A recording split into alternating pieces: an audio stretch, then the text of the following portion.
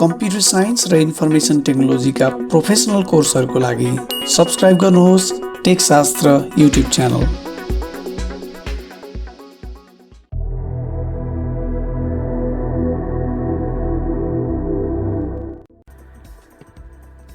Hello students, welcome to tech Shastra. हामी छौँ C programming course अन्तर्गत र आजको हाम्रो टपिक रहेको छ operators used in C language. Operator भन्ने बित्तिकै तपाईँले के बुझ्नुहुन्छ त? कुनै पनि अपरेसन पर्फर्म गर्नको लागि हामीले हाम्रो प्रोग्राममा युज गर्ने सिम्बोललाई अपरेटर भनिन्छ। So operator is nothing but the symbol that are used in our program to perform any kind of operations. C ल्याङ्ग्वेजमा मात्रै होइन, जुनसुकै प्रोग्रामिङ ल्याङ्ग्वेजमा पनि अपरेटर्सहरू प्रयोग भएकै हुन्छ र सबैजसो प्रोग्रामिङ ल्याङ्ग्वेजहरूमा युज हुने अपरेटरहरू पनि सिमिलर नै हुन्छन्। जुनसुकै भाषामा म्याथमेटिक्स पढे पनि त्यहाँ युज हुने सिम्बल त उनै हुन्छन्। ठिक त्यस्तै गरेर प्रोग्रामिङ ल्याङ्ग्वेजमा पनि युज हुने सिम्बल्स उनै हुन्छन्। त अब म तपाईँलाई बोर्ड सेसनतर्फ लान्छु र सी ल्याङ्ग्वेजमा युज हुने अपरेटर्सहरूको बारेमा पहिला हामी डिटेलमा नलेज लिन्छौँ। त्यसपछि फाइनली हामी कोड एडिटरमा गएर केही कोडिङ गरेर इक्जाम्पलहरू पनि हेर्छौँ। All right, so you can see here, तपाईँले यहाँ देख्न सक्नुहुन्छ जम्मा 7वटा डिफ्रेन्ट क्याटेगोरीमा हामीले सी ल्याङ्ग्वेजका अपरेटर्सहरूलाई डिभाइड गर्न सक्छौँ। त्योभन्दा पहिला म तपाईँलाई भनौँ यो डिभिजन के को आधारमा हो भन्दा on the basis of operations.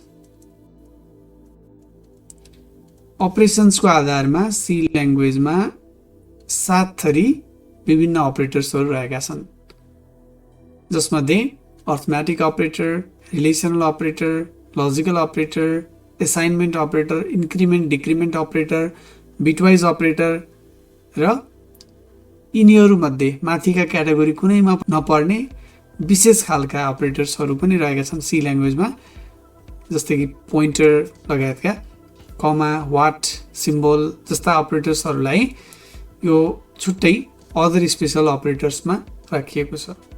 Right, र एउटा कुरा यहाँ तपाईँलाई भनिहालौँ, अपरेटर्सहरूलाई यदि हामीले अपरेन्डको आधारमा डिभाइड गर्ने हो भने वी विल ह्याभ 3 क्याटेगोरिज। पहिलो युनरी, त्यसपछि बाइनरी र टर्नरी। यो 3वटा क्याटेगोरीमा पनि हामीले अपरेटरलाई डिभाइड गर्न सक्छौँ, तर त्यो के को आधारमा भन्दा how many number of operands these operators are using. Okay, so unary operator भन्नुको अर्थ एउटा मात्रै अपरेन्ड, बाइनरी भन्नुको अर्थ 2टा अपरेन्ड, टर्नरी भन्नुको अर्थ 3टा अपरेन्ड। आजको यो भिडियोमा हामीले सबै अपरेटर्सहरूको बारेमा डिस्कस गर्न त पक्कै पनि सक्दैनौँ, त हामी डिस्कस गर्नेछौँ मात्र अर्थमेटिक अपरेटरको बारेमा।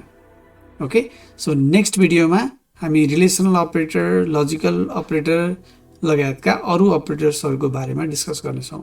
So let's go into the arithmetic operator. First of all, म्याथमेटिक्समा जुन तपाईँले युज गर्नुभएको छ अपरेटर्सहरू, एडिसन, सब्ट्र्याक्सन, मल्टिप्लिकेसन, डिभिजन, यी अपरेटर्सहरू नै हाम्रो अर्थमेटिक अपरेटर्सहरू हुन्।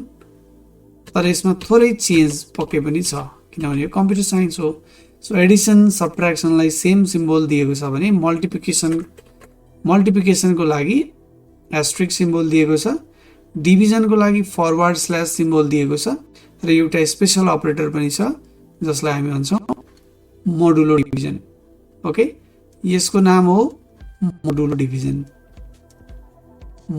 डिभिजन अथवा कतै कतै मोडुलस र कतै कतै सिम्पली मोड मात्रै भन्ने गरेको पनि पाइन्छ। यी 5 थरी अपरेटर्सहरू अर्थमेटिक अपरेटरको क्याटेगोरीमा पर्छन्। यो सिम्बल भयो, यिनीहरूको युज त पक्कै पनि स्पेसली भन्दा अर्थमेटिक अपरेसन्सहरू पर्फर्म गर्नको लागि युज हुने अपरेटरहरू हुन् यिनीहरू, र यिनीहरू अलमोस्ट सबै के छन्, बाइनरी अपरेटर रहेका छन्, तसर्थ यिनीहरूलाई 2वटा अपरेन्डसँग युज गरिन्छ। जस्तै a + b 3 - 2 हैन, 10 / 2 यस्तो तरिकाले युज गरिन्छ।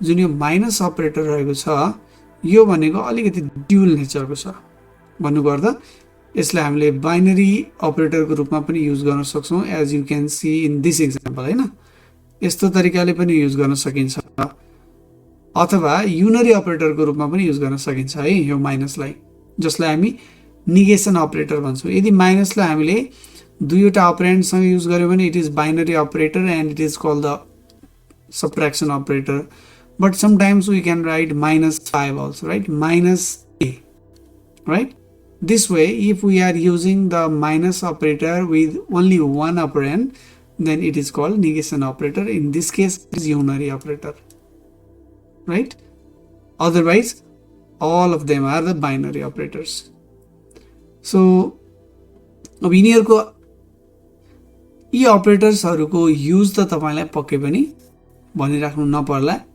यो जुन चारवटा अगाडिको अपरेटर्सहरु छ they are very very common right so we can write 5 plus 2 a plus b yes x into y yes यस्तो तरिकाले 10 divided by 22 10 divided by 2 यसरी हामी एक्सप्रेसन्सहरु लेख्न सक्छौं जहाँ यो अपरेटर्सहरु भनेको के हो त अर्थमेटिक अपरेटर्सहरु हो राइट यसमा कुनै पनि कन्फ्युजन डेफिनेटली छैन होला अब यहाँ एउटा अपरेटर्स र यसमा एउटा कुरा याद गर्नुस् यो दुईटै अपरेटरको दायाँ बायाँ दुवैतिर के छ त भन्दा कुनै न कुनै नम्बर इन्टिजर नम्बर हुन सक्छ अथवा फ्लोटिङ पोइन्ट नम्बर हुन सक्छ तर तिनीहरु नम्बर नै हुनुपर्छ अपरेन्ड्सहरु नम्बर नै हुनुपर्छ अर्थमेटिक अपरेटर्सहरुमा okay but if you are very beginner to programming then this operator may be new for you right यो मोडुलस अपरेटर अथवा मोड अपरेटर भनेको के हो त यो पनि बाइनरी अपरेटर हो so if I write 5 mod 2 the result will be 5 लाई 2 ले डिवाइड गर्नुस् 2 2 जा 4 रिमाइन्डर 1 आउँछ सो यो नै यसको आन्सर हो यो मोड अपरेटरमा अलिकति हामीले ध्यान दिनुपर्ने कुराहरु छ यहाँनेर just I have written some expressions and what will be their result let's see x mod x भन्यो भने के हुन्छ होला यो मोडको ठाउँमा पर्सेन्ट सिम्बल लेख्नु होला प्रोग्रामिङ गर्दा तर मोड भन्ने लेख्यो भने पनि it's the pseudo code okay so x mod x भन्यो भने एक्जाम्पलको रूपमा हामीले 5 mod 5 भनेर बुझ्न सक्छौं x को ठाउँमा यदि तपाईले 5 सोच्नु भयो भने 5 mod 5 भनेको के त इट मिन्स 5 लाई 5 ले डिवाइड गर्ने हैन रिमाइन्डर के आउँछ डेफिनेटली रिमाइन्डर 0 आउँछ सो यो 0 हुन्छ जहिले पनि जुन एउटै नम्बर भयो भने 0 mod x के होला 0 को ठाउँमा 0 नै राख्नु होला x को ठाउँमा कुनै नम्बर राख्नु होला ओके सो 0 लाई 5 ले डिवाइड गर्दा आउने रिमाइन्डर पक्कै पनि त्यो के हुनेछ 0 नै हुनेछ त्यस्तै x mod y को फर्ममा let's say this is 5 mod 2 यो कुनै एउटा नम्बर आउनेछ हैन वास्तवमा x mod y छ भने र y चाहिँ x भन्दा सानो छ भने यो बेलामा जहिले पनि रिमाइन्डर 1 देखि 4 सम्म कुनै नम्बर आउँछ हो अथवा भनौं 1 देखि x - 1 सम्म कुनै नम्बर आउँछ x को भ्यालु 5 छ भन्नुको अर्थ 1 देखि x - 1 भनेको 4 सम्म कुनै न कुनै एउटा नम्बर चाहिँ रिमाइन्डरको रूपमा आउँछ नेक्स्ट भनेको यदि यस्तो नभइकन x mod y मा x सानो भयो त्यो बेलामा के होला से here is 3 mod y को ठाउँमा 5 राखौं x itself will be the result or 3 in this particular example त्यस्तै यो लास्ट को दुईवटा चाहिँ याद गर्नु होला -x mod y भयो भने र x mod -y भयो भने यस्तो अवस्थामा तपाईले x mod y लाई मात्रै क्याल्कुलेसन गर्नुस् र त्यो रिजल्ट को साइन चाहिँ जहिले पनि के गर्नुस् अगाडिको x को साइन जे छ त्यही लाएर राख्दिनुस् जस्तै यहाँनेर यु क्यान से -5 mod 3 गर्नुभयो भने रिजल्ट के हुन्छ 5 mod 3 भनेको 2 हुने भयो because the remainder is two अगाडिको नम्बरको साइन जे छ त्यही नै रिजल्टको साइन हुन्छ। एक्स मोड माइनस वाईमा यदि हामीले इक्जाम्पलको रूपमा त्यही 5 मोड माइनस 3 लियौँ भने यसको रिजल्ट के हुन्छ? 5 मोड 3 भनेको 2 नै भयो, साइन चाहिँ प्लस चाहिँ हुने भयो, किनभने साइन जहिले पनि अगाडिको नम्बरको लिने हो। ओके, सो यति भएपछि तपाईँले पक्कै पनि अर्थमेटिक अपरेटर्सहरूको बारेमा बुझ्नुभयो। अपरेटर प्रेसिडेन्सको कुरा गर्ने हो भने कुनै पनि एक्सप्रेसनमा धेरै अपरेटर्सहरू एकैचोटि युज भएको छ भने त्यति बेला कुन अपरेटरलाई फर्स्ट प्रायोरिटी दिने एक्जिक्युसनमा भन्ने कुरा चाहिँ अपरेटर प्रेसिडेन्स हो।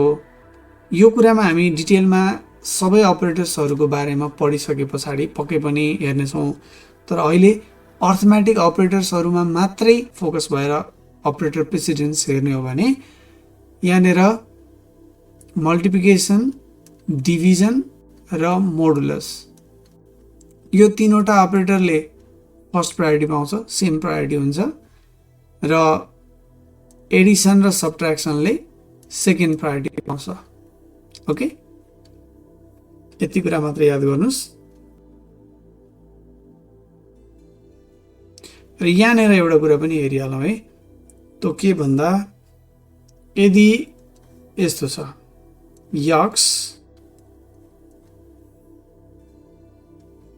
यदि यक्स मोड 0 छ भने रिजल्ट के आउला? जस्तै उदाहरणको लागि हामी लिन सक्छौँ 5 मोड 0, यसको रिजल्ट के आउला? 0 ले 5 लाई डिभाइड गर्दा आउने रिमाइन्डर। सो लेट्स चेक, 5 लाई 0 ले डिभाइड गर्दाखेरि आउने रिमाइन्डर भनेको it is infinite, right? Because you can write 0 5 0, remainder 5 0 20 is 0, remainder 5, so on, right? So in this case it will be error or overflow. Okay, so system cannot handle this kind of operation. र यहाँनिर एउटा कुरा तपाईले थप notice के गर्नुस् भने यो मोड भन्ने अपरेसन जुन छ पर्सेन्टेज सिम्बलले युज गर्ने अपरेटर, यो अपरेटर जहिले पनि इन्टिजरहरूको बीचमा युज गरिन्छ। Now let's go to the coding part. Okay, जसको लागि let me open the online GDB. I want to code just online so that I don't need to save anything. Let's say integer x, y and z. Fine. Now if I say x equals to 5 and y equals to 3, all right? Now z equals to, let's write some operator over here. Say अब x plus y गरे भने definitely यदि मैले z लाई print गरे भने तपाईले कुनै पनि नौलो मान्नुहुन्न। यहाँनिर it will be %d and then z, and expected answer is definitely 8 without any confusion. So आजको भिडियोमा यति नै, र अर्को भिडियोमा हामी डिस्कस गर्नेछौँ रिलेसनल अपरेटर्सको बारेमा। कम्प्युटर साइन्स र आइटीका प्रोफेसनल कोर्सहरूको लागि च्यानललाई सब्स्क्राइब गर्न नभुल्नुहोला। Take Shastra YouTube channel